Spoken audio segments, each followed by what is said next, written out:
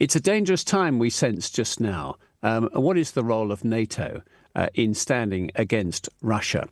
For an expert view, let's turn to Emily Taylor, Chief Executive of the cyber intelligence company Oxford Information Labs. She's also an Associate Fellow in International Security at Chatham House. Emily Taylor, how worried are you about the threat from Russia right now? As you said, Martin, it's a tense time, and we've seen the escalation of the conflict in Ukraine with the use of US and UK-supplied longer-range missiles. And so I think everybody is poised at the moment to see what Russia will do by way of response. Also, of course, the anxiety is as much about Trump as it is about Putin when it comes to NATO. In his first term, he was not so friendly to NATO and has said that he would solve the war in Ukraine in 10 minutes. Nobody really knows what that means. So as well as the meetings that you outlined in your lead-in today, there was an interesting declaration by NATO foreign ministers last week, which all feeds into this picture of a tense time and the world preparing for change. When we talk about these cyber attacks, what exactly are we thinking about? What do we mean? Well, it's an interesting choice of words, isn't it, calling it a hidden war and cyber war. It's striking because usually cyber attacks fall below the threshold required for an act of war. So either Pat McFadden in the government are expecting something big and something new beyond the usual tactics of Russian actors, or there's something else going on. I mean, it's always important for critical infrastructure operators to be vigilant and to up their game in terms of cyber defence. But I think the context for this is important. The escalation of the ground warfare, the use of US and UK missiles. I think perhaps we can see this in that context as an attempt at deterrence for the Kremlin to take it further by attacking NATO members, and also audience being NATO members. This is probably just as much about Trump as it is about Putin. Many of the experts predict that Russia would resort to cyber warfare as its route one to try and disrupt the systems, the electronic systems in the UK. How great a concern do you have about that means of attack? The use of hostile cyber, has been an undercurrent, a sort of grey zone that has accompanied the fight on the ground in the Ukraine. Elevating it to the level of a war, as Pat McFadden is likely to say at lunchtime, is a real rebranding of something that is a constant. But the thing with cyber is, first of all, if you want to reach beyond your borders, if you're Russia considering your options, do you want to go for a full-scale war with everybody, or do you want to give people a bloody nose at a long distance? And then cyber can be a useful tactic and tool in that box, but without minimising the harms that can be very severe and disruptive through cyber attacks. They tend to be much less than the battlefield type of harms, but they can be disruptive to critical infrastructure, and that is clearly an anxiety that is running through a lot of the NATO allies at the moment. So, Emily, how real is the threat then? Well, it's very striking language that Pat McFadden is going to be using, warning of cyber war. We don't normally think of cyber attacks, even the most severe cyber attacks, as an act of war. So it's intriguing. Either the government is expecting something new and big and different from the sort of things that Russian actors have been doing so far, or there's also something else going on. I mean, it's always quite right to warn against complacency and in favour of vigilance in protecting critical infrastructure. But there's also an awful lot of background fears of escalation of the land war in Ukraine. And also, I think this is just as much about Trump as it is about Putin, as the NATO alliance is looking ahead to a very unpredictable future with the United States. We talked yesterday about what conventional weapons Russia are in possession of. But in terms of cyber attacks, what capabilities do they have to, I don't know, close down the internet?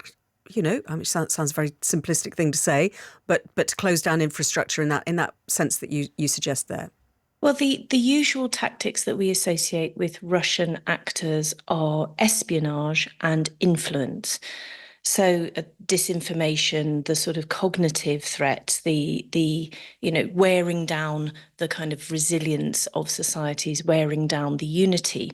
On the espionage side, it's normally a hack and leak type of thing. And so that sort of destructive cyber attack is not normally the hallmark. I'm not saying it couldn't happen. And the group called out, or to be called out by Pat McFadden, is a GRU unit, 29155, catchily named. And it has been associated with destructive malware distribution. So it's sort of getting into the systems in the way that the attacker would for an espionage attack, but while being there, sort of wiping the systems, making them inoperable. And would you say that the UK is equipped to deal with these cyber threats at the moment? Well, it's never good to be complacent, but I think if you think about a NATO with a much less active United States in it, then probably the UK is the most capable of the NATO allies in terms of its cyber capabilities.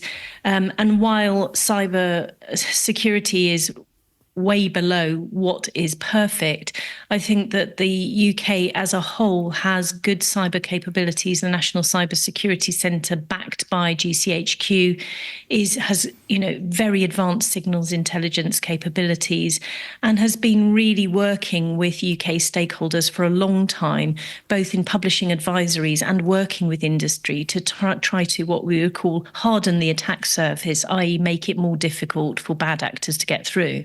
And how difficult is it to stay prepared, to stay ahead of this technology, which is advancing at pace? Because we have the cyber attacks, the hacks that we were already experiencing, but you now have the growth and the widespread usage of artificial intelligence, AI. Yeah, well, there are two things on that. So first of all, yes, it's really difficult to defend yourself against a determined and sophisticated adversary. But it should be possible to take steps to that you close down the obvious. You're not going to really blame yourself if you're. It's a bit like if your house is burgled by a really determined adversary. That's one thing. But if you go out and leave your doors and windows open, then you feel a bit like, oh, I should have protected myself better. The use of AI you mentioned, yes, that is a concern. Both in its use for scams and fraud, which we've been seeing a lot of, but also in the use of more sinister cyber attacks. But it's also very useful for cyber defenders too. And this AI lab, I think, will be a useful small step. I mean, it's a small piece of investment in terms of what other partners are putting into AI, but it's welcome that the government is doing this, and that it's flagging its partnership with NATO at a very difficult time for the alliance with the incoming US presidency. They don't overtly admit this stuff, do they? They don't say, that problem you had with the power station in Yorkshire last Thursday. And I'm using that as an example. I don't think there were any problems with a power station in Yorkshire, but just to sort of create a storyline here.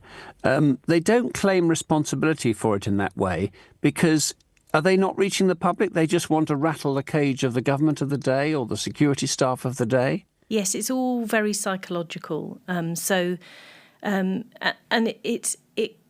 But what we have been seeing over the last, I suppose, 5 or 6 years is that Western allies are increasingly standing up and attributing hostile cyber activity.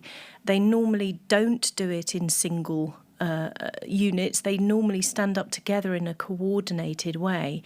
And that can be quite powerful, because one of the things that the West has really struggled with is how do you raise the costs to a hostile actor like Russia for these grey zone attacks, the little bit of disruption, the breaching and sitting in a system just doing espionage or switching off the lights or something like that, where it's going to fall below the threshold for armed conflict, but it is nevertheless a real point of weakness and potential vulnerability for societies, let alone the whole disinformation side, the information warfare, which is really Russia's strong suit in cyber.